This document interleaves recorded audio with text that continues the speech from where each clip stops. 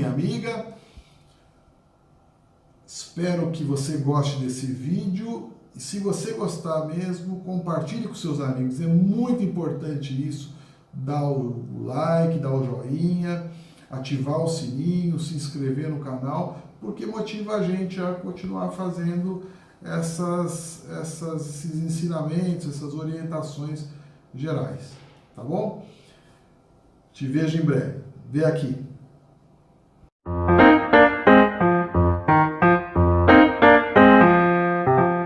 Amigos, minhas amigas, boa tarde. Meu nome é Edmar Santos, é um grande prazer estar falando com vocês.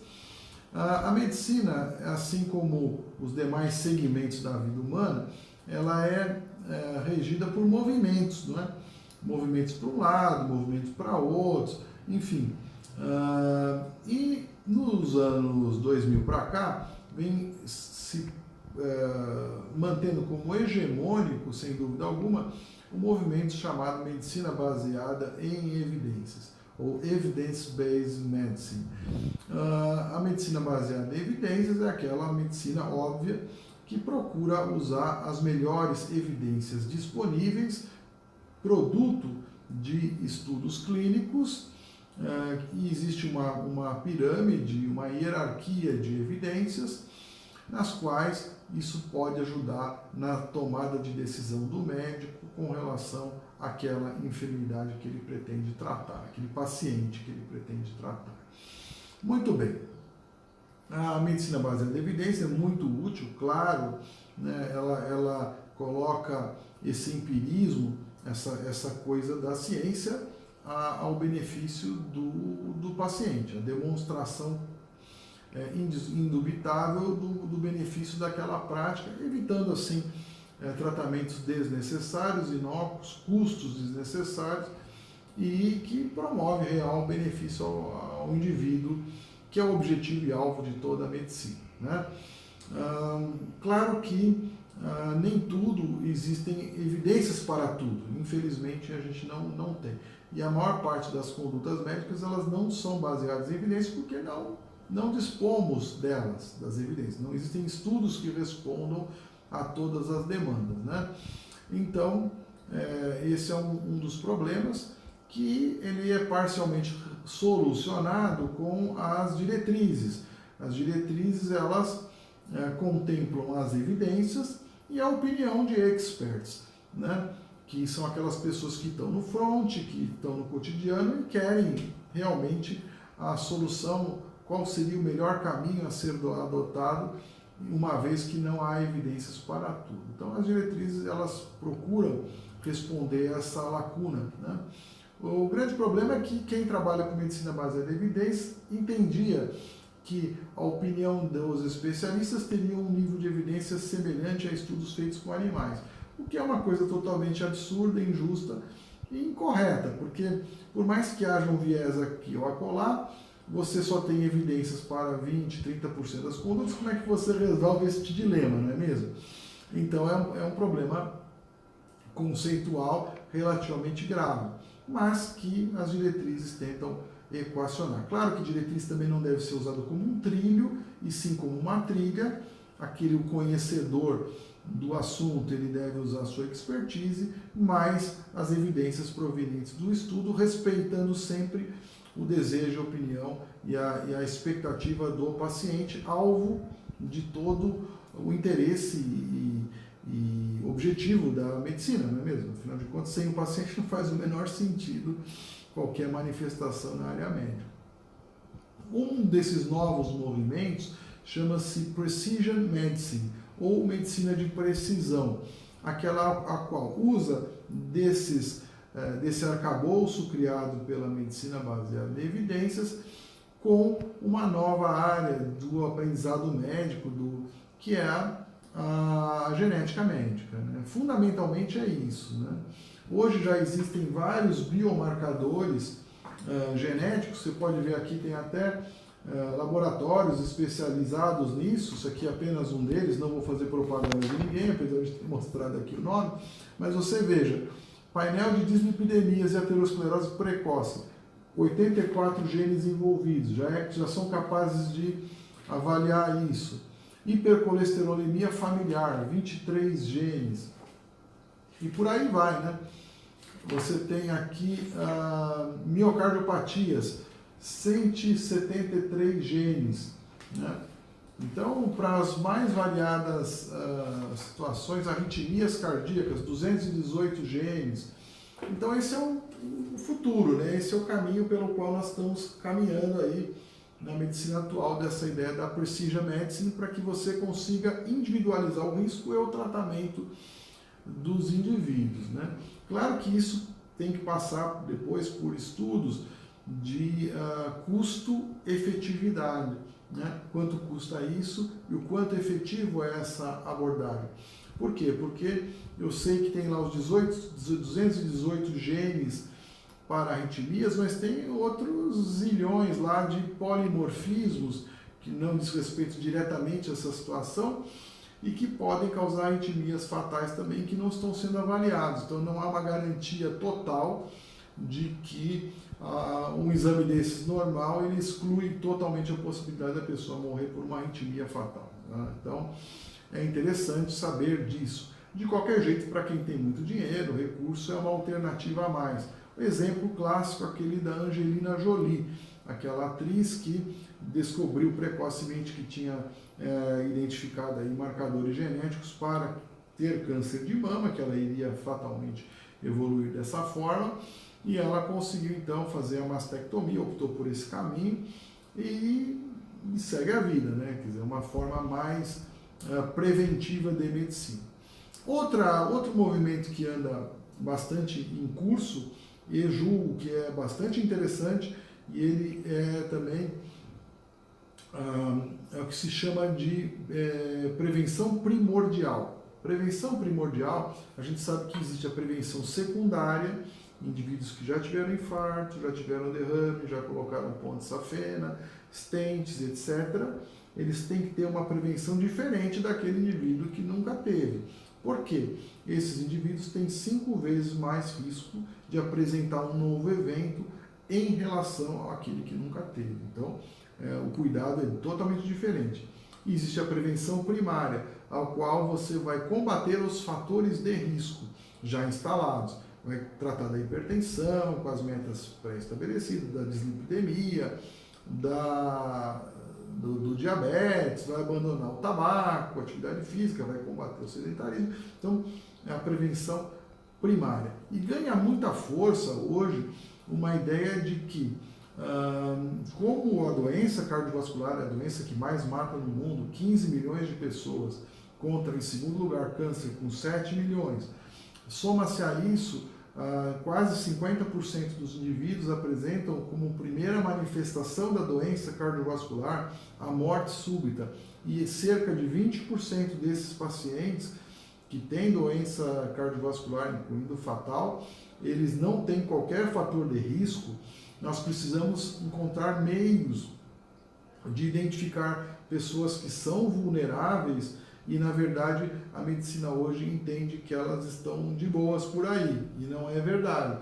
Então, uma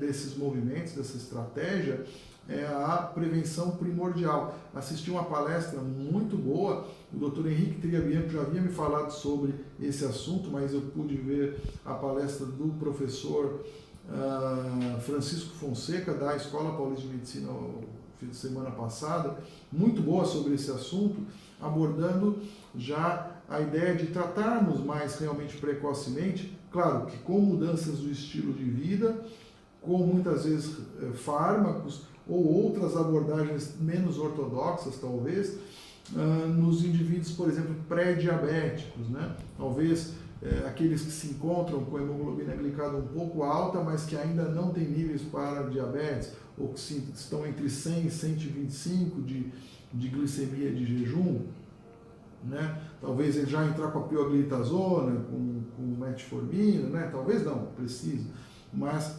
isso deve ser mais acentuada, essa prevenção primordial, mas não apenas no pré-diabético, quanto no pré-hipertenso também, aquele cara que se situa entre 12 e 14 de pressão sistólica, entre 80 e 90 de diastólica, como proceder além da da restrição de sal, atividade física e perda de peso, podemos fazer algo mais? A princípio sim, né, como foi mostrado, precisamos de mais dados, mais estudos, não resta dúvida.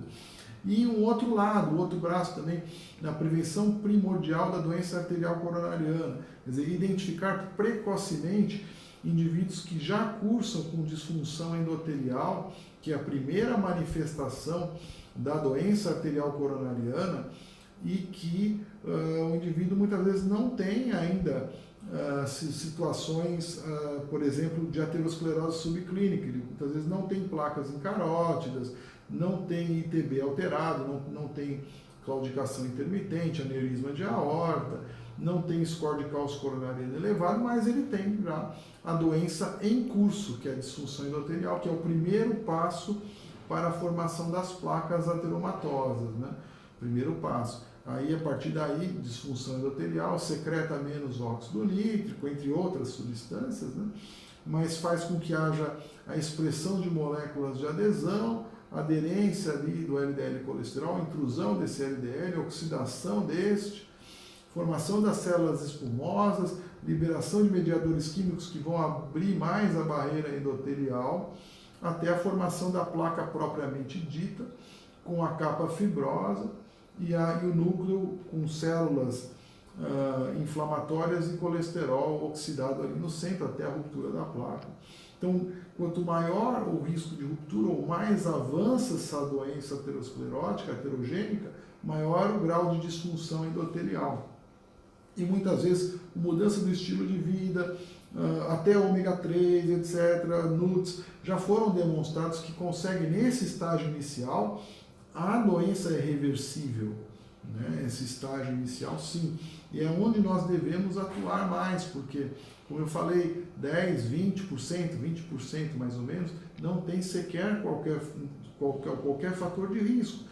Mas será que ele não tem? Ou será que os fatores de risco têm pesos diferentes para diferentes indivíduos? Será que um pré-diabético, para algumas pessoas, já não é gravíssimo e para outros nem tanto? Um pré-hipertenso também, já não existe um remodelamento vascular, uma velocidade de onda de pulso, que é uma coisa que eu gosto de fazer também, alterada, ou seja, o aumento da rigidez arterial, uma coisa que pode ser medida no pré-hipertenso, no hipertenso, para poder avaliar aquele que cursa com maior risco, né?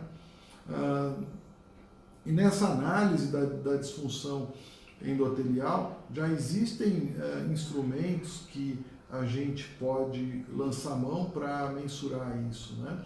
Que inclusive se compararam contra o gold standard, né? Que é a injeção intraarterial de acetilcolina, como a dilatação fluxo-mediada da artéria braquial e a tonometria, mas tem outros métodos mais novos aí, também buscando seu espaço. Um deles eu até trabalho com ele no alvo de minhas pesquisas aí no grupo lá de termografia da Universidade de São Paulo, do Hospital das Clínicas, junto com o Dr. Marcos Brioski, Dr. Manuel Jacobsen, e a gente tenta então estabelecer uma relação térmica com enfermidades. E a gente tem chegado a bons resultados no que diz respeito à disfunção endotelial, não apenas disfunção endotelial, como alterações do sistema nervoso autônomo simpático, né? A hiperatividade do sistema nervoso simpático, que no teste termográfico para análise de função endotelial nós conseguimos avaliar, mostra sim um aumento significativo do risco, inclusive, para ter AVC. No estudo que a gente fez lá, quando existia a hiperatividade simpática medida pelo método, o odds ratio era 6 vezes, enquanto a idade 3. Quer dizer, o fato da pessoa ter alterações térmicas conferia 6 vezes mais chance dela vir a ter AVC do que o próprio fator idade. Conferia 3 vezes mais chances, né? Mas a gente conseguiu demonstrar, sim, associações térmicas com relação ao risco de AVC, risco de infarto, com placas incarótidas, que não há diferença entre gêneros nessa metodologia, que alterações de perfusão na cintilografia estão interligadas com alterações térmicas também, que o score de cálcio coronariano, indivíduos que tem score de cálcio 100 ou mais, você consegue reclassificar melhor esses indivíduos. E a própria dilatação fluxo mediado eu já havia demonstrado no próprio score de Framingham, o Rubinstein, né? Professor Rubinstein de Harvard. Mas a tonometria também é outro método interessante para isso, né? Enfim. Mas esses dois métodos eles são mais caros porque usam... o primeiro, existe uma limitação de natureza técnica, porque a artéria braquial ela mede de 2,5 a 5 milímetros, então como o normal é acima de 5% de dilatação, às vezes é difícil você mensurar isso. E o outro pelo custo, porque os devices, os fingertips, sensores tonométricos, né, são caros, são importados e são descartáveis. Então a termografia surge sim como uma alternativa bastante interessante para avaliar neste universo que a gente fala aí de prevenção primordial, né? Que eu creio que seja o caminho aí que a medicina vai cursar daqui para frente. Tá bom? Um grande abraço, deixe seu comentário, espero que você tenha gostado desse vídeo. Tchau!